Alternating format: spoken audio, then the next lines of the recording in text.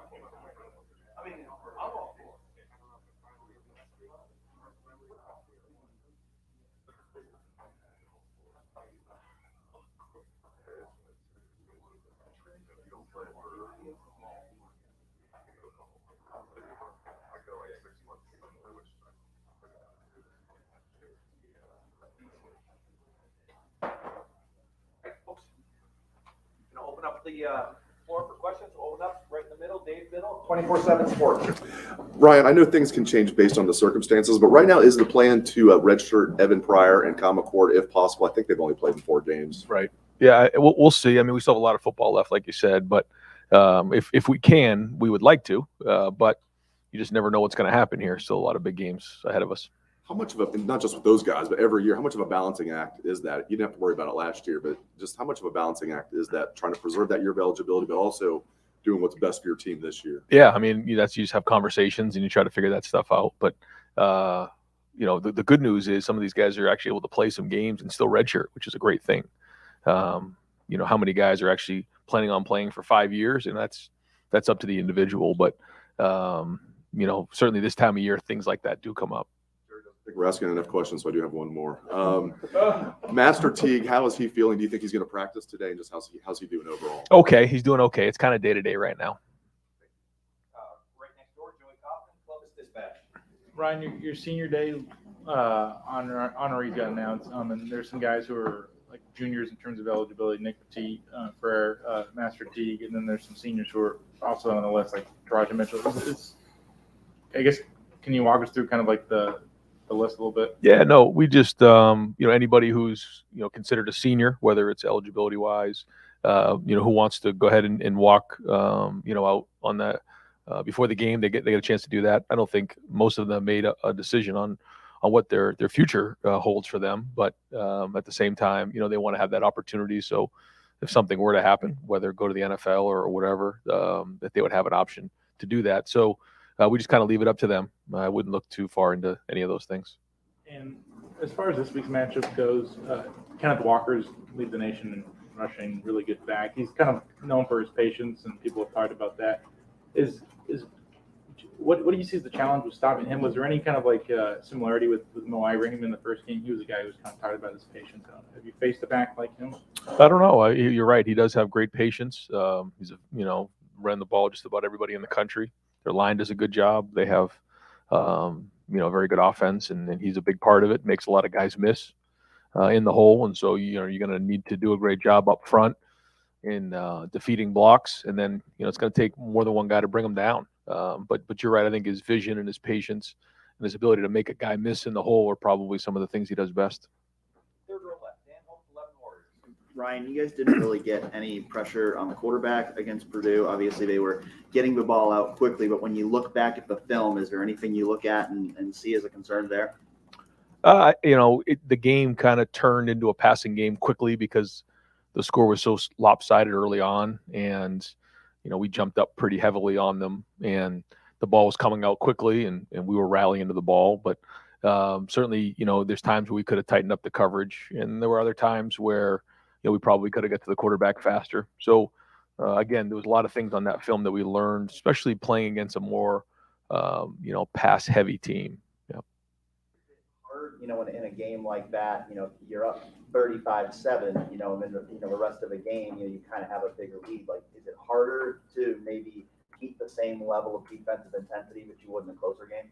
It shouldn't. I think maybe human nature kicks in, but it's certainly not what we want. We have a standard every time we get on the field to score 0-0.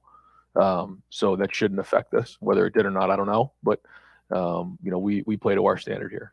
Right front, Stephen Means, Cleveland.com. I think Travion played maybe the first 3 or 4 series, and then you guys brought Miyan in. Is that the type of balance you're looking for there? Obviously, Travion being your guy, but working with another guy maybe 3 or 4 series. Yeah. I mean, that's about right. How with Miyan and Travion specifically, like how do they complement each other as running backs? I think, the skill set, but I think Travion has his skill set. I think Miyan brings in. He's got really good vision. He's strong. He's powerful. I think you saw him finish some runs off where he was turning those runs into more than they were and running on contact. I think he's really good at that. He's built low to the ground, so he's strong when he runs. And I think Travion's probably a little bit more of a home run hitter, but both really good backs, and like you said, they do complement each other. Fourth row middle, Pat Murphy, 24/7 Sports. Ryan, you talked after the game about CJ's preparation, and he talked to us afterwards about watching film, talking to his teammates about the film, and then seeing that in games and thinking that's helped. When in the course of his development did you see that start to happen, where he was preparing the way you wanted him to, and he was helping other guys in that sense? I think it's slowly grown over time, and it's going to continue to grow, and we still have a lot of work to do there. But I think it's just kind of a gradual thing. But I think when he came back after the week off, he kind of came back with a little bit of a different bounce in his step. I think he was healthier, but I think he had a different perspective, and he really kind of started to own and take accountability for the offense. And Lathan took responsibility for the touchdown over the top of him after the game. Sorry, Bryson, not Lathan. He said that can't happen, and it seemed to get to him. How have you seen him kind of step into that role that Josh had at the beginning of the year, and have you seen the development you like from him? Yeah, he's been very accountable. He's been a good player for us, and I know he wishes he had that play back, and so he'll come back and get that fixed. But he's a guy that has played well. He's had production. He's graded out as champion. He does a good job of getting everybody lined up and communicating back there, which is very important for the free safety in our defense. He's got tremendous work ethic. He's a tremendous teammate, and so we all have things we want to get back. So the whole thing is you just don't let them happen again. You get them fixed, and I'm sure he will. Fourth row left, Jacob Bench, the Lantern. Hey Ryan, you got a top 10 showdown coming on Saturday. Just how unique is it that the Big Ten has 3 teams in the top 10, and these games have national implications for not only Big Ten title stakes, but like CFP stakes and stuff like that? How unique is it for the Big Ten? Well, I think that this has been quite a year for the Big Ten, and I think when you look at the second half of the season in the Big Ten, there's been some unbelievable games. There's been some really good matchups, and it's week in and week out. I mean, I think you're finding who can sustain in November. There's no weeks off. We had our bye week after week 6, and I think most of the teams in the conference did as well. But then after that, I mean, it's all conference games. You're talking 9 of them, and we got very good teams from top to bottom. So you have to bring it week in and week out, and I think that's the challenge right now. And you're seeing some really good teams in the league, and it's obviously a lot stronger this year than maybe the last couple. Going back to Master in mind, speaking about the stretch run, is the plan to kind of split the carries to keep them both fresh down the stretch run, or how do you kind of envision that going forward for them? No, at this point, we're trying to win the games. This is you win, you move on. If you don't, you're done. So I mean, that's the mindset. We're trying to win a championship here, and so at this point, it's you got to go play the best guys that give you the best chance to win. Front row middle, Bill Rabinowitz, Columbus Dispatch.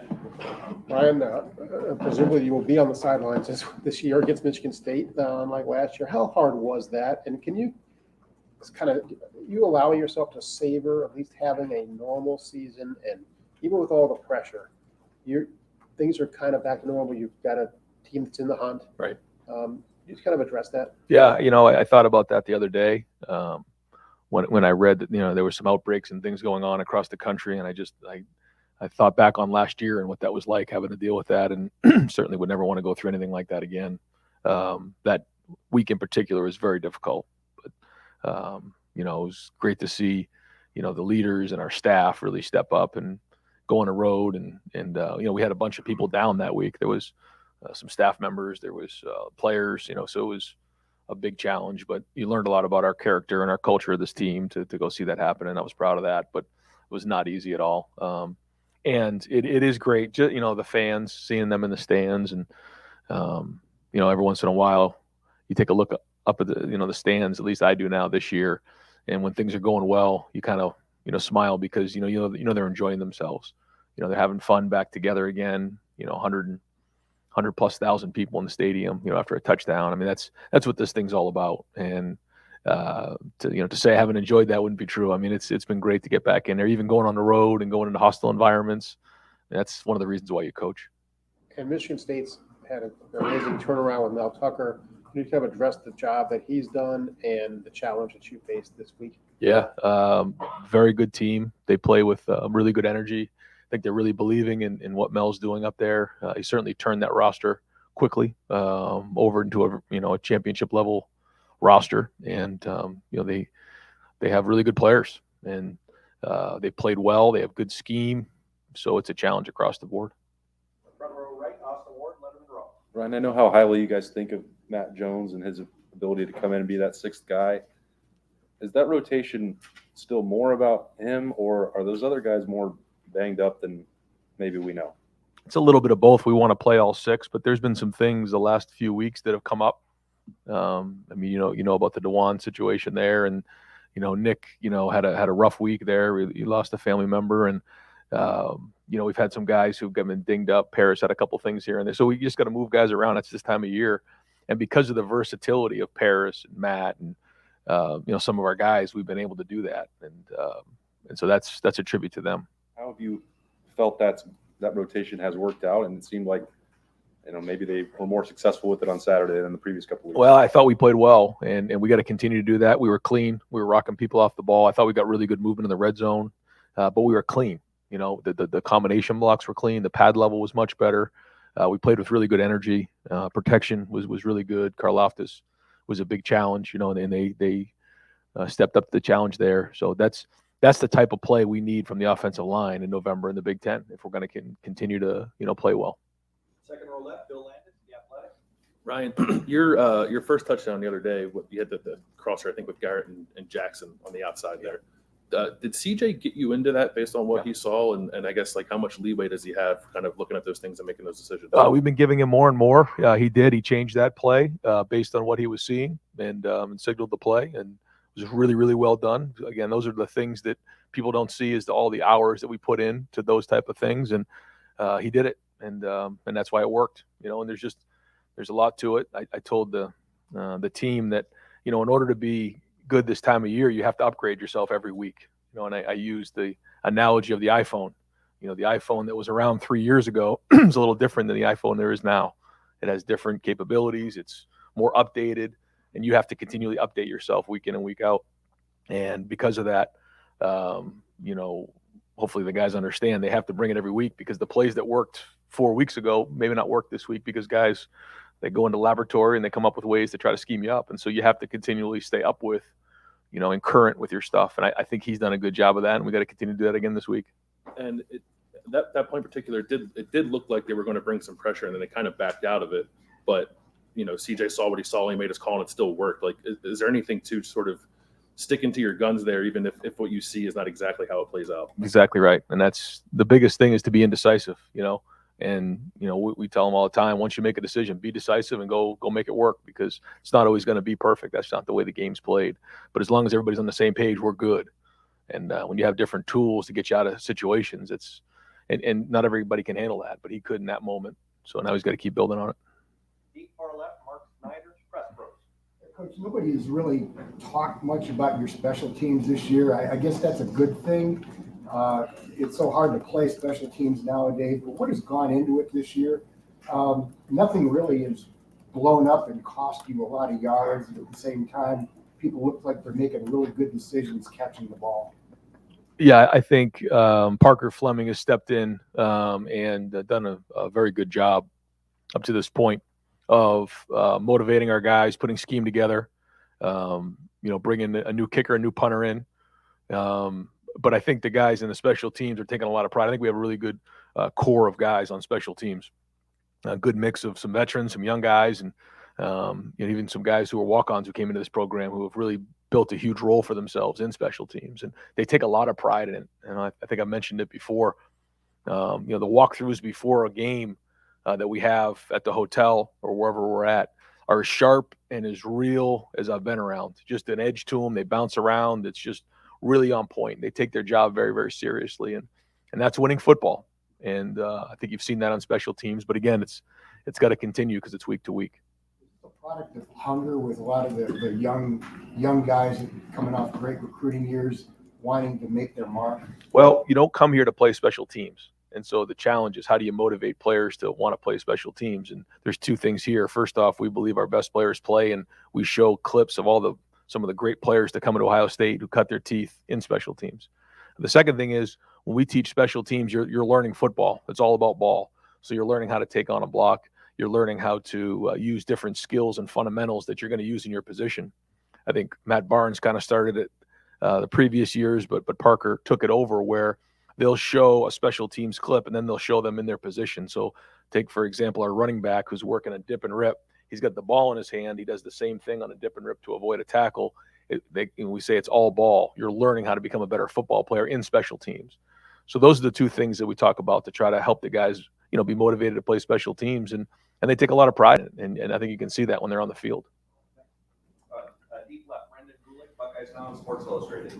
Hey, Coach, I realize you started to address it a little bit when Bill asked about Mel Tucker, but when you've had a chance both last year watching that team and now it's a different team this year, but all the scouting you've kind of done, obviously they've run the football well.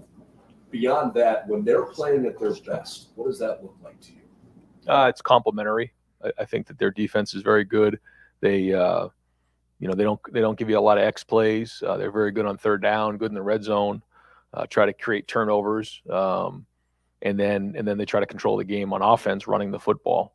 So when they're creating turnovers and not giving up a lot of big plays on defense, controlling the game on offense with run game, and then play action pass to try to create some things down the field once you put an extra guy in the box.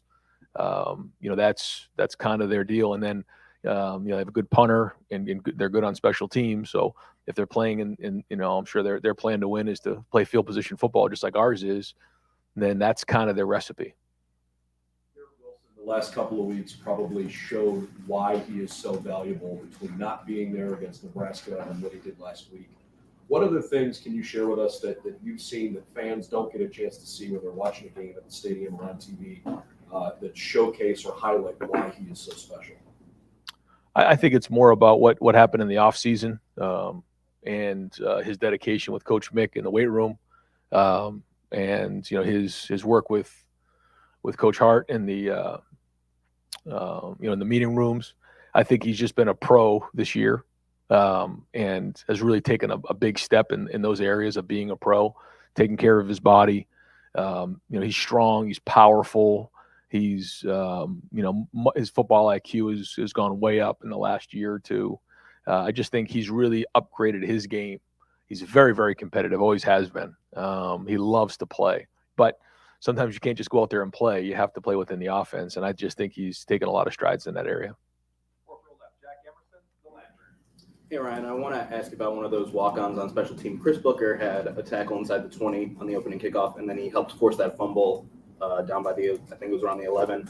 When you have a team full of 4- and 5-star guys, how does it feel to have a guy like Chris, who was a former club team player, come in and make an impact like that? No, it's tremendous. And, you look at what he's done. He's player of the week, Cade Kaczerski, Xavier Johnson. I mean, there's a whole bunch of them that are doing it, helping, and a big part of our special teams. And, to see Chris make some of those plays in a big game like that was tremendous, especially with his background and what he's been through, kind of out of football for a year or so, and then trying to find his way on the club team, and then obviously walked on here. And when he got here, he looked a lot different than he does right now. So really cool to see guys, kind of self-starters, build themselves into a career. And I don't know if you've seen this yet, but they have the club team has qualified for the national championship. Is there kind of a pipeline that you see from the club team? Do you talk to Coach Greg a lot, or how does that kind of thing? I think we're aware of them, but certainly I can't sit here and tell you I'm an expert on what's going on there. Right next door, Colin Gate, Rivals. Hey, Ryan, go back to the defense a little bit. You said that you guys kind of use that drop 8 approach a little bit, and I'm curious about what you saw watching film. Did that work? Is that something that you could see, being utilized more in the future, especially with, pass heavy offense? I think it gives you a different look. The windows change, but you still have to execute the defense. And I don't think we did that well enough, to be quite honest. So, we'll look at it. And again, certain teams, if it gives us an advantage, we'll do it, but you have to execute it. And obviously there's give and take with everything, right? When you rush 3, you buy an extra guy in coverage, but you also lose a little bit of the pass rush. So making the decision on what gives us the best chance that week is what we'll do. But no matter what it is, whether you bring 3, 4, 5, or 6, you have to execute the defense. This might be an overly simple question, but what is the pass rushers or the rusher's goal in terms of developing like just pass coverage? How important is a distinct pass rush to, I guess, the coverage at the back? That's everything. Yeah, I mean, that's, tying up the front with the back end is exactly, how you put a defense together. And, you have the decision week in and week out to rush 3, rush 4, rush 5, or rush 6. If you rush 6, then you're probably playing some sort of zero coverage where there's no safety in the middle of the field. If you rush 5, then you're probably playing with 1 safety in the middle of the field and some sort of man-to-man coverage. If you rush 4, then you're probably playing with 2 safeties, or there's an extra guy down, which we call the hole player. And so those are the kind of the conversations that, you try to figure out what gives you the best chance to win. Third row middle, Nathan Barrett, Cleveland.com. And sticking on the defensive theme, you played 2 really strong rushing teams early on, and then since then, that really hasn't been the strength of, I think, any opponent you've played. Yeah. So how are you kind of assessing, while the defense as a whole has improved, how are you assessing the improvement against the run and right. where you are right now? Yeah, it's week to week, like you said, because it seems like every week is just a completely different. When you look at Minnesota as compared to, Rutgers or Indiana, Purdue. Now we have Michigan State. Penn State was very different. So week in and week out, it's each team brings in a different set of issues, and all we can do is go off of what we see and do the best we can to put the guys in the best position to be successful. And at the end of the day, it's going to come down to pad level and defeating blocks and a bunch of guys running to the ball. So we'll get, I think at this point of the year, we got a pretty good handle on who we are. And now it's just a matter of executing and playing well. From a tackling standpoint, is that something that was more emphasized after those 2 earlier weeks? And where do you feel like you are right now, just fundamentally? We'll still practice tackling today. It's part of every Tuesday when the pads are on. And it's, it was an emphasis in the preseason. We tackled way more than we ever have before because we knew we had a young team. And it's been an emphasis week in and week out since we started because we are still a young team, even though we played a lot more football now. The good news is there's more body of work to go upon, and we have more experience. So we don't need to do it as much. Third row middle, Doug Lamery, Cleveland.com. Ryan, you've talked through the year of CJ's development and seeing the field and how you like how he sees the field. Now you're talking about some changes he's making at the line, that kind of thing. How do you evaluate that characteristic in a quarterback recruit? Is that more difficult than evaluating, hey, he's got a good arm or whatever? Like what's that process for you and try, because it seems obviously very important to what you want in a guy and to how he's going to succeed. It's very difficult. It's very difficult. And I think every quarterback is different, but you're looking for some sort of extraordinary trait, whatever that might be. And you do the best you can to try to project what that's going to look like in your offense. But it's not always easy. You get to spend some time with them, but you're not actually in the games with them, and you're not with them in meetings every day. And there's just so much that comes with it. And you do the best you can to try to identify who those guys might be, and you go from there. So like the mental acuity, seeing the field, knowing what play to get into, that can be the extraordinary trait for some quarterbacks? Absolutely. Yeah. And it is for, I would argue that the guys who make it, for a long time in the NFL, the majority of them have that, because it's a very complicated game at the highest level. Just to say, I'm just going to go out there and throw the ball around, it doesn't work like that. And flipping to the defensive side, ideally with your linebackers, what in the defense that you guys play, how much should your linebackers be identifying something and attacking it? How much is read and react, maybe make sure you're in the right place, but don't be overly aggressive? It just feels like sometimes Steele is getting after it, right? But what's the ideal balance of how you guys want linebackers to play?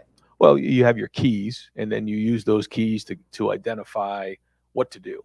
And so let's just say you're a defender and you're reading the play side tackle. If the play side tackle pass blocks, typically you need to now react in some sort of a passing mode. But if he's in the run, then you have to get up into the run. And one of the traits, if you're talking about a defensive player, is how quickly can they react? Can they see their keys and then diagnose what they're seeing?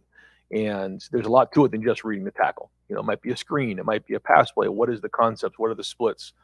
What is the depth of the running back? There's all these things that we look at, and the faster you can process information and faster you can diagnose a play, the faster you can react, like you're saying.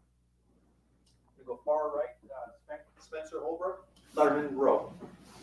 Ryan, when you have 3 wide receivers that are doing what your 3 are doing right now, you had Jackson 2 weeks ago, then you had Garrett last week. Are we just supposed to expect that Chris is going to do more of the same this week? No, we're just trying to win the game. I don't know. I mean, good news is, if guys are just where they're supposed to be, and CJ's throwing the ball where the defense, tells him to throw it, then the ball's going to get spread around pretty good. If we start to press, if we start to do anything and deviate other than that, then that's where we get ourselves in trouble. You have Chris as the lone Bolivikoff finalist, but he's the 3rd leading receiver on the roster. When you hear that kind of thing, like, what do you make of that? Because you're the play caller, you're the guy who's getting these guys the ball along with CJ. Like, what do you make of that?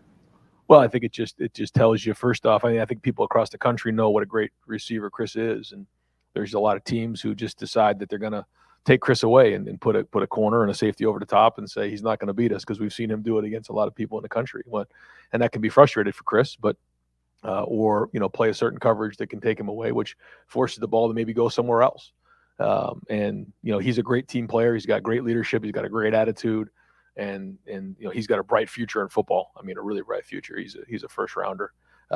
So how does that all work out when the dynamics of the team week in and week out?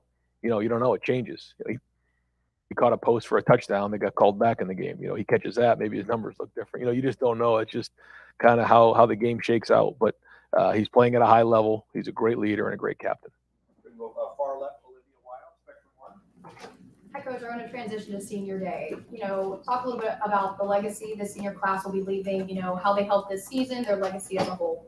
Yeah, well, they've been through a lot. They've been through COVID. They've been through a great run last year, and they've been through a lot this year, and they've grown a lot.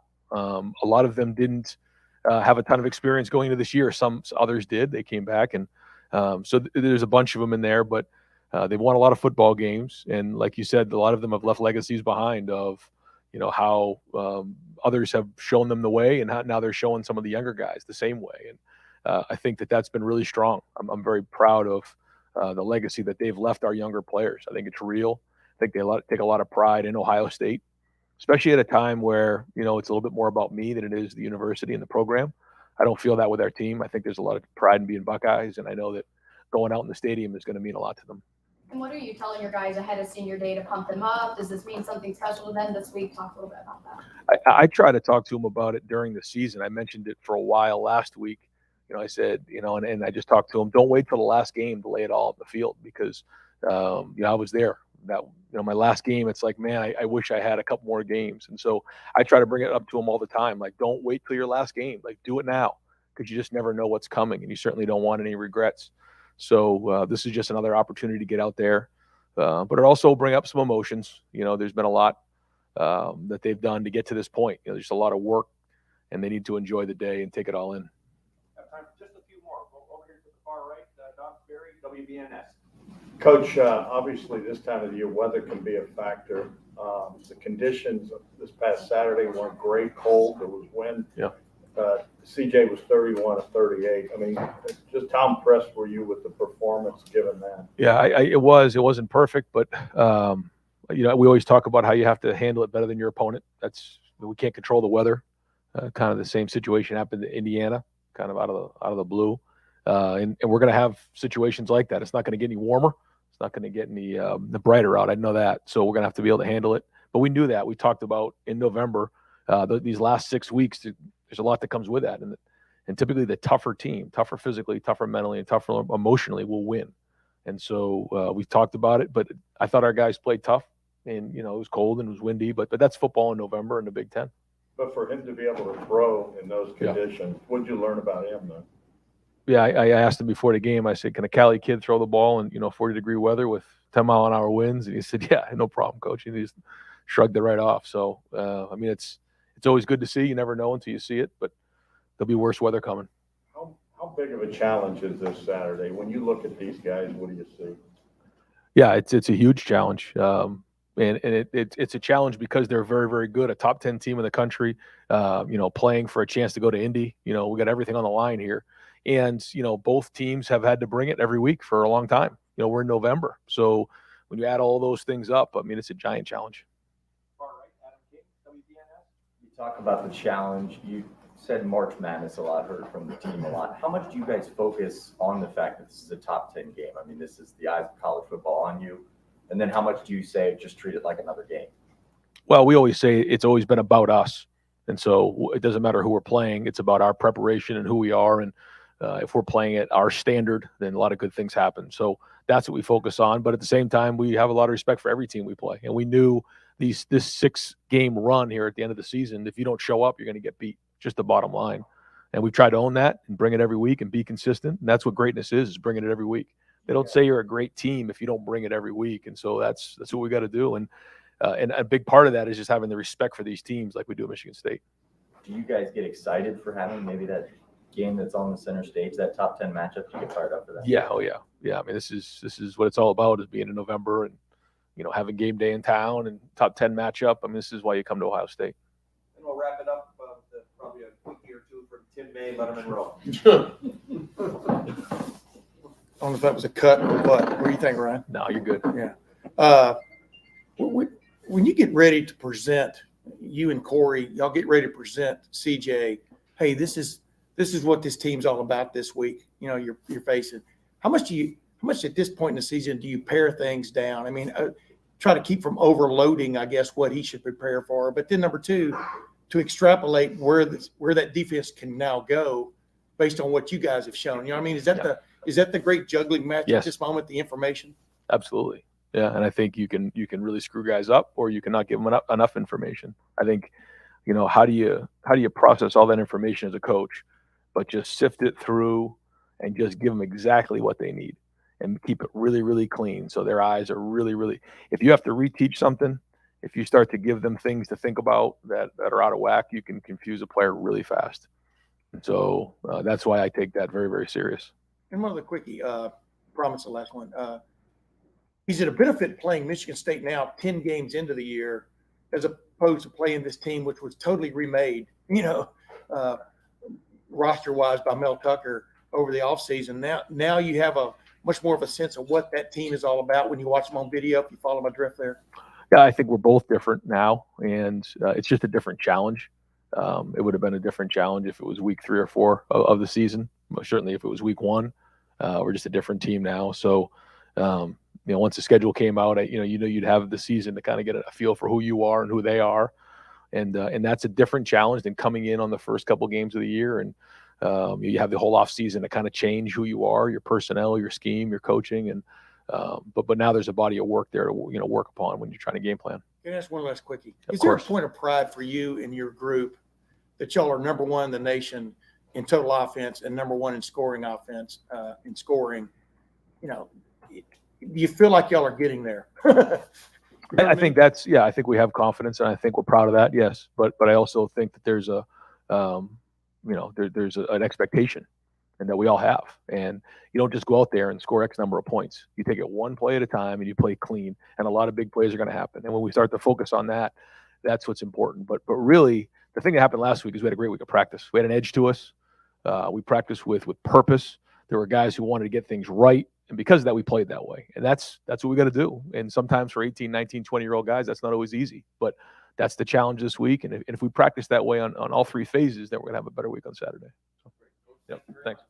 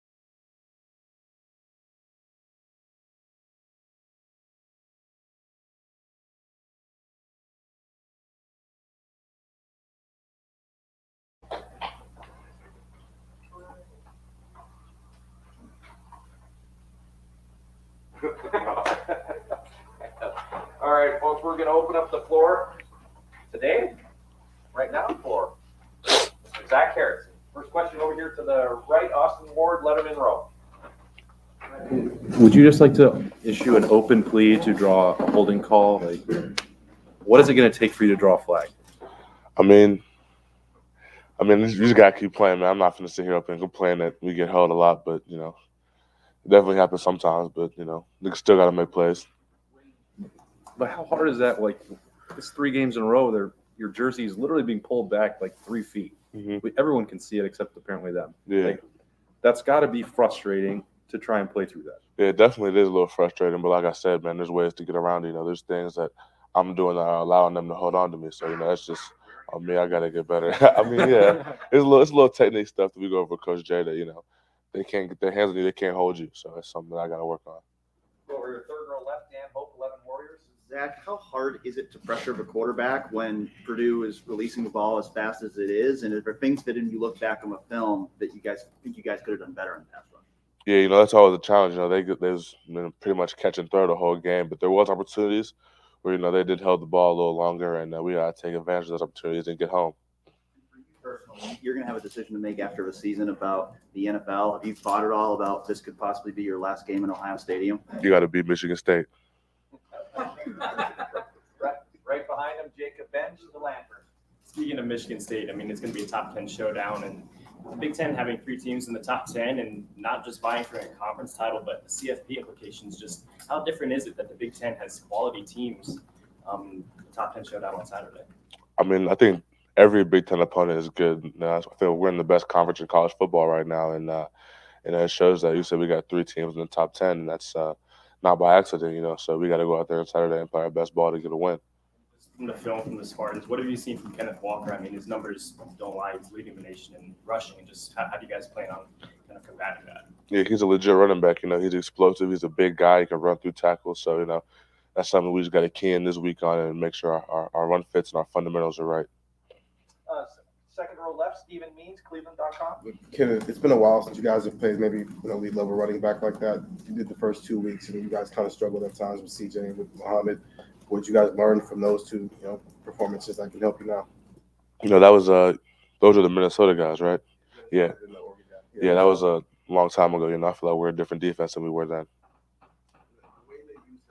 I guess what makes it difficult to match up against a guy like that. I guess He's just a good back. I got to give all credit to him. His O-line does a good job moving guys out the way, and he's got good vision. He sees the holes and he hits the holes hard. So it presents a good challenge for us. Fourth row left, Colin Gay, Rivals. Was last week's preparation in terms of preparing for for Purdue's pass-heavy defense, was that different for the defensive line room than any other week? Or especially with the rest of the defense dropping 8, rushing 3, things like that. Was it a different preparation or was it the same? Pretty much the same preparation. Coach comes in with the game plan on Tuesdays, and we try to do our best to perfect it by the time Saturday comes. What did you learn? I guess, without as much pressure as you guys usually put, what did you learn about your room? What did you learn about the capabilities or how important the defensive line is in terms of the overall pass coverage? Yeah, I feel like, the D-line is a key part to stopping the passing game. If the quarterback sits there all day with all the time in the world, he's going to, pick any defense apart. That's on us to, get him uncomfortable, get off the spot, get him on the ground. Third row middle, Doug Lesmerises, Cleveland.com. Zach, you just mentioned this, that you said you're a different defense from the first couple games of the year. Every year you guys grow and evolve and you get better over the course of the year. But how would you describe how much you feel like that's not us at all? There were different things this year that would contribute to that. Yeah, I feel like one is, guys are getting more confident. Guys are getting more experience, You look at the first 2 weeks, we had guys with 0 starts coming in Minnesota. There's 1 start going into Oregon. That's you got to get your feet under you before you can start playing really good ball. And I feel like that's what we did. And would you, when you watch film of yourselves or whatever, do you ever look back at the first couple weeks, or is it just you're really focusing on here's what we did last week or a couple weeks ago? Here's what we did last week, and then we focus on the opponent coming up. Over here, front row right, Tim May, Letterman Row. Yeah, Zach, as you watch their quarterback, Michigan State's Peyton Thorne, what just jumps out at you about him and the way they protect him? like I said, their O-line does a good job of, pass protecting, guys try to get after him, and, they're sitting on blocks, and that's something that, we got to be disruptive and get him off his spot and, make him look at his second and third option, stuff like that. When another team has got an elite back, and yet they also like to throw the ball, how much does it just kind of change your mindset, like a defensive end in a game like this, about the precaution of the run game, yet you got to get to the quarterback? Yeah, I mean, you got to stop the run first. You stop the run and make a team one-dimensional, you get to pin your ears back and go rest the passer. Did I miss anybody? Far left, deep, Brendan Gulick, BuckeyesNow on Sports Illustrated. Zach, just you personally, not the defense as a whole, what have you gotten better at this year? I feel like I've gotten more consistent. Before my past 2 seasons, I would make plays and I would go games without making any plays. Now I feel like I'm impacting the game every week. And when you look at Michigan State's offensive line, you're prepping for this week, do they remind you of another offensive line that you've seen this year? Not really. I mean, they're all new guys, so it's. Front row middle, Bill Rabinowitz, Columbus Dispatch. Zach, what do you remember most about last year's Michigan State game? I mean, it was probably surreal. You didn't have Coach Day. You missed a lot of the offensive linemen. What was that game like? Do you remember? It was cold. I remember that, and I was just happy, seeing Coach Jay out there, being a coach. That's what one of his goals, and to help him achieve that, it means a lot to me. And I asked Coach Jay this: have you taken any time this year to savor having a normal season, having routines, having fans in the stands, all that kind of stuff? Yeah, it's definitely a lot better than last year. Being able to get in a routine and doing this every week, and you said the fans, that's huge. Feeling the momentum on the field and the energy that they bring, helps a lot, definitely. Right next door, Joey Kaufman, Columbus Dispatch. Zach, what do you see on film that makes Kenneth Walker a unique back, or somebody who's been able to rush for 1,400 yards this year? He's explosive. He's got really good vision. He's got a good O-line who does a good job of moving guys out the way. And, he finds the holes and he hits them hard.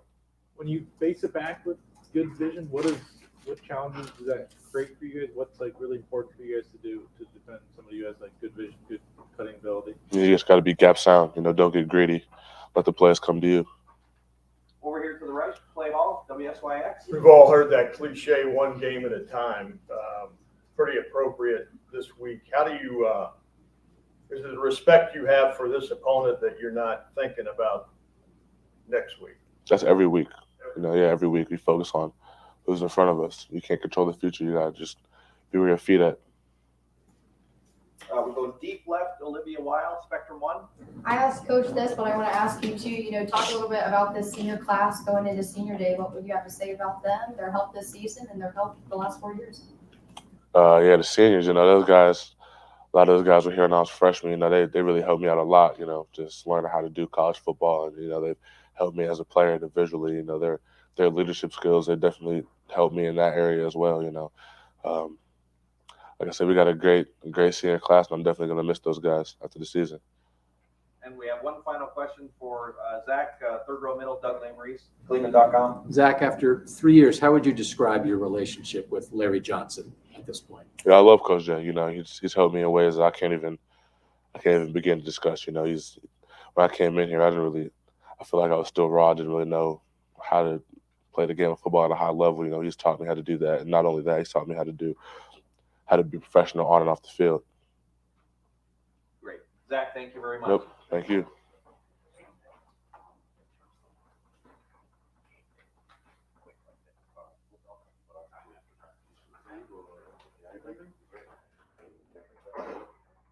All right, folks, we're going to open up the floor for Garrett Wilson, second row left, Stephen Means, Cleveland.com. Garrett, I was Chris this, I think last week. Obviously with Justin, when you guys were adjusting to him, it was a lot of learning how to deal with the fact that sometimes he's going to scramble, and you guys go to scramble drill a lot of times. When it's clear CJ was going to be the starting quarterback here, what were some of the things in his game that you guys had wide receivers had to adjust to? Yeah, I mean, every quarterback's different. Justin was really special, and CJ is really special. So, I mean, the ball comes out differently. Just throwing balls to the sideline. It's a little different this year as far as coming to meet him, and hook routes. We throw a lot of out routes over those past 2 years with Justin, and that's something you may not see us do as much. So you know, it definitely was an adjustment we had to make in the receiver room, just getting used to ball velocity. And like you said, scramble drill, things like that, not being as big of an emphasis anymore. But no, I mean, as far as, you know, being a receiver, you know, you love to play with dudes that sit in there and will take a hit and deliver the ball, you know. So Is not having to deal with the scramble stuff, is that maybe more receiver friendly for you guys as route runners? Yeah, I mean, I would say it's more receiver friendly. You know, that's something that you have to learn. It takes time to build with the quarterback when a quarterback scrambles. So, you know, you're kind of just playing ball when it's drop back throw. So, I mean, you know, scramble has a lot of good things to it, a lot of yards to be made on it. But as far as, you know, saving your legs and stuff like that, getting your air back, you know, it's nice to have someone sitting there. Right to Stevens right, Bill Landis, The Athletic. Garrett, Coach Day said after the game that he thinks one of the areas you've made a big improvement this year is sort of understanding plays kind of conceptually and how you fit into that. And I think he said route running precision too, but I'm more interested in, kind of in that first one, like how did you approach getting a better handle on kind of how you fit into certain plays, even if the play may not ultimately be designed to go to you? You know, I feel like learning receiver. I probably started really learning receiver my freshman year when I got here. So a lot of you know, stuff leading up to my freshman year was just ability and just kind of watching ball live. Always watched ball, love the game. But you know, it's something to be said about spending more time in the offense. So you know, just as I've been here 2 years, and spend more time in Coach Day's offense and seeing how he likes to run things, you know, I'm starting to figure things out more. So I'd say it came naturally. It was one of those things that just as I spent more time in the program, you know, I got better at. On CJ, Coach Day said that first touchdown he threw to you, he changed that play to get into that look. The one with you and Jackson on the outside where you kind of crossed. What, as an offense, like how much trust do you guys have in CJ right now to kind of see what the defense is showing you and get you into a play that would work against that look? Yeah, I mean, the ultimate amount of trust. So, you know, that's our QB. That's the leader of the offense. And, I mean, when I take the field, you know, I got all my faith in CJ, and, you know, I like to think that he has the same. So, you know, we've trained so hard in the offseason, you know, practice the adjustments we make in the game that, you know, seeing him do it in the game is clockwork. So, I mean, we had done that rep where we changed it to that's crossing routes, like you said, the dragon concept. You know, we had done that probably 5 times in practice that week. So, you know, seeing him do it throughout practice week, you know, if we get the right look, he's going to be able to see that and make the right adjustment in the game. We're going to go far left, Dan Hope, 11 Warriors. Garrett, for you personally, you're going to have an NFL decision to make after the season. If you thought at all about the possibility that this could be your last home game in Ohio Stadium? I've most definitely thought about it. So, you know, it's all came fast here, being here. It doesn't seem like I've been here as long as I have. But, and, you know, when you play at a great program like Ohio State and you play at the highest level like we do, and you're one of the, you know, players involved with that, you're going to have an opportunity to make important decisions that, you know, are good decisions to make, but hard ones. So, you know, I put myself in a situation to where I have that decision to make, and it's a blessing, but, you know, I'm trying to focus on finishing the season the right way. Have you made a decision yet, or are you waiting until after the season? I'm waiting until after the season. Right in front of him, Jared Smalley, WCMH. Garrett, after doing some fun internet research this week, it's kind of hard to find. I think it's less than a handful of teams in college football history that have been able to put 3 1,000-yard receivers on a field. You all have an excellent chance to do that. I wonder 2 things. How competitive is that among the 3 of you? And secondly, what that does to a defense. How much stress it puts on your opponent. Between the 3 of us, you know, we don't talk about it. So, I mean, you know, I say that, but then after Jackson had the game he had, I said, you got 1,000 yards, don't you? So it's not completely true. But, you know, we don't talk about it in the comparative, you know, topic. It's more of just, you know, seeing where you're at. And we know that with our game plans, the way we like to play football, the way, you know, what it takes to win, if we do our jobs, you know, it'll put us at a spot at the end of the year to where, you know, where we're sitting right now. So we all got a chance to go get 1,000 yards, and that's something that's, you know, really special. Not a lot of other people can say, not a lot of other programs can say and use that as a recruiting pitch. So, you know, it's one of those things that it's definitely special, but the impact this can have on recruiting, you know, just how it looks to the outside world is something that's even more, holds more weight. 4th row left, Jacob Bench, the Lantern.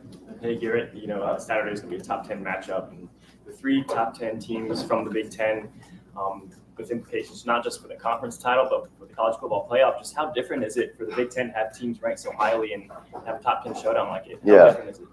I mean, this is the Big Ten I grew up watching. So, you know, Michigan State, Michigan, Ohio State, Penn Penn State not as much this year, but they were a really good team. We still feel like that's one of the best teams we played all year. And just having a highly competitive Big Ten, I mean, it's everything you can ask for. So, when you take a loss early in the year, you kind of hope the schedule plays out to where you're playing teams that are ranked higher than you, ranked up in the top 10, and that's kind of how it's played out. So, we're really thankful for that, be able to prove ourselves this late in the year, which it hasn't been the case in, the past couple seasons I've been here. And, it's something that we talk about every day. So we knew this was going to be that stretch to where we were going to have to really lock in and handle business. So we're in that stretch now, and we're just trying to finish. You've been in these situations before, top 10 games, but CJ Stroud being a freshman, first-year starting quarterback, how have you seen him grow over, from August to now for him to go into Saturday's game maybe a little bit more trusted in himself? Just how have you seen that from him? No, I mean, I've seen huge growth from CJ as far as addressing the team, and just, the way he composes himself out on the field. So, it's something that happens naturally. He was a freshman redshirt coming in this season, so you can expect some growing pains. And I think he's handled them perfectly. And he's put us in a situation now to go out and be at our best for these last couple of games. Deep left, Brendan Gulick, BuckeyesNow and Sports Illustrated. Hey Garrett, I'm hoping you can take us back maybe to where you were a high school recruit and you're trying to figure out where you want to play your college football, and sort of what you've experienced and been through here. You're right in the heart of what every high school kid dreams about, wanting to play in the college football playoff. You've certainly got that in front of you. How has this experience lived up to what you hoped it would for you? I mean, being at Ohio State to this point has been everything I could have dreamed of, and a lot more. So to be able to come out and have a role in my freshman year was something I dreamed of my whole life. And then to be able to play in the playoff against Clemson, even though it didn't go how we wanted, that was an awesome experience for me. And just being able to go out there and get reps against some of the top corners. You see AJ Terrell, Isaiah Simmons, safety, just players on the team that are, really good NFL players now. So I got to figure out, once I was here at a young time, how I stacked up and if I could compete. So, Ohio State's put me in a great position. And I mean, it's really been everything I ever dreamed of. So like you say, everything's in front of us, and, just got to finish this, this thing the way we wanted to. You talked about your professionalism this year, said just the way you've attacked your preparation and your work ethic, it feels like you're going about this differently. What's different for you? How have you changed this year's game week prep or getting your body right compared to maybe the last couple of years? It's something I really focused on during this offseason, just because I knew that I was doing a lot, but I could do more. So and that was one of those tough conversations you have to have with yourself, because you feel like you're doing well, people tell you you're doing well, but deep inside that you can bring some more. So the way I've been approaching practice is I got to get better every day, that be where I am, be where my 2 feet are, take advantage of every rep. And I've seen it pay off on Saturday. So hopefully this is something that carries with me throughout the rest of my life. But I definitely feel like I've approached this season differently as far as my preparation, for sure. You said be where my 2 feet are. Zach Harrison just said the same exact words. Is that something that the coaches have said to you guys somewhere along the way, or is that just part of your culture? Yeah, I mean, that's definitely something that they they always emphasize. We play this team this week. It doesn't matter who's next week. Things like that. And it's not always worded that way, but I mean that might have just been the way we both chose to word it. But yeah, no, I like that Zach said that. That's awesome. Hey, Garrett, one of the things that Ryan Day has really emphasized this year is saying that the perimeter passing game is kind of an extension of the run game. And I'm curious what your perspective is on that and how important the perimeter pass game has been to what you guys do offensively. Yeah, I mean, it's huge to be able to make defenses guard the whole field, every down. So, first down is primarily a run down. But if you can throw a 5-yard hitch or a stogie, we call them stogies, a bubble from the outside, and go get 6 yards, 7 yards, that puts the offense in a great position to be able to get that first down. And something that's huge in our plan to win is getting 2 first downs to help our defense stay off the field and just the battlefield position. So things like that, they all add up. And, the extension of the run game, they're long passes. So when he says that, they're like a long handoff, I mean, is what he means by that. So like, the things we should go 100% on as far as completing the pass, catching it. And, if we can do it, it keeps the offense on schedule. Do you think it keeps defenses off balance? Is that something that they're surprised by when you guys? Yeah, I mean, we try to switch it up each week as far as how we do those extension of the run games. But you know, like I said, you know, they first play of the game against Purdue, we went a bubble route, and you know, from that point on, we didn't really get the look. That was a great throw against look, but it's just they're coming down. You know, the players are coming down, having to respect what we shown them. So it definitely makes it harder on the defense, harder on the coordinator to, you know, account for everybody and just make sure you have enough numbers to cover the whole field and get a stop. You know. Got time for just a few more. Front row, middle, Bill Rabinowitz, Columbus Dispatch. Thank you, Garrett. A couple of betting sites have CJ as the Heisman frontrunner at this point. Have you seen that? What do you think of that? I haven't seen it. I've seen 11 Warriors post something, and you know, that don't surprise me. So I mean, it's something coming into the year. I thought it would be the kid from Oklahoma or our dude. So you know, it don't surprise me at all. That's CJ. You know, I've seen him sling it for a year and a half now, 2 years, and he's something really special. And then just, you know, if we finish the way we expect to, the way we prepare to, you know, he'll be right where he wants to be at the end of the season as far as those Heisman odds, Heisman race. And Michigan State's pass defense is statistically the worst in the country. How exploitable are they? I'm sure that you think that they're better than their stats, but what do you see from their pass defense? Yeah, I mean, I watched them play against Purdue, and I think they're a really good team. So, you know, it's hard to. I mean, you see what Purdue, you know, threw against us. You know, so it's hard to play against teams like that really spread the field, air it out, and you know, are trying to come back or get a lead like that all the time because they're 8-1. So, you know, they're probably playing ahead. I mean, I know the team up north game they're playing from behind, but teams, you know, those numbers can be skewed. So they're throwing the ball a lot. Teams throwing the ball a lot, trying to come back. Or you see Purdue and then another team that Maryland that throws the ball a lot. So, you know, they have a good pass defense. You know, they got a lot of transfers in. I remember who I saw last year, and they have a good pass defense. But we're definitely going to try and, you know, get some things open against them for sure. Second row right, Austin Ward, Letterman row. Garrett, which one of those 4 touchdowns was your favorite? The second one, for sure. Why? You know, that's always been like what I felt I do best is go up and get the 50-50 ball. And, you know, I feel like I hadn't shown that as much this year. So, you know, to be able to go up and do it and, you know, it just felt good. Where does that one rank amongst some of the other aerial balls that you pulled down in the last couple of years? I don't know. That's for y'all to decide. But it felt pretty good making the case. So, I mean, it looked good on the replay. So, you know, I thought it looked all right. Time for just a couple more. Over here, far right, Clay Hall, WSYX. Same question. How do you make that split-second decision? You twirled your body, and then you threw up, if this is the one you're talking about, where you threw your leg up almost like you're boxing the guy out for a rebound. Is that what made it? I can't say I'm thinking about anything. So, I mean, I can't give myself too much credit. I mean, I'm just trying to catch it. And, you know, at the end of the day, I played basketball, football, you know, my whole life, soccer, gymnastics and stuff like that. So, you know, my body kind of moves in ways that I don't know. I just don't know. But I watch the stuff and I don't know how I really, you know, can move my leg that way without it being hurt or something like that. But You screamed him completely. So he couldn't. See, I can't say I meant to. So that, yeah, I can't give myself too much credit for that. And final questions, front row right, Tim Maine, Letterman row. Hey, Garrett, your conversations with CJ, for example, as you guys work through a week and stuff, how much higher a level are they now? Just about X's and O's and about adjustments and stuff. And how much have you seen him grow in that regard? I mean, it's high level to the point with CJ where he'll text you on a Monday, Tuesday. I mean, he's really special. Like he loves what he does. He takes an edge into every meeting. Feels like he's got a chip on his shoulder, and when you know him, you can really tell. So, I mean, he's really special. He's texting me. You know, I can't think of a week he ain't texting me during the week saying, "Look at this dude, how he guarding this. Like, we're gonna make him pay for that," or something like that. You know, along those lines. So, I mean, it's to the point where we're out on the field and we talk about every ball we just thrown. So if we miss it, you know, he's coming over. If we catch it, he's coming over. How you like that one? Is that all right? Like, I mean, he's really special. That's what I'm saying. How often do y'all alter something or change something? And I don't know how much even freedom you have to do that. I mean, talking on the sideline before you go back out, or maybe in the midst of between plays and stuff. Does that happen very often?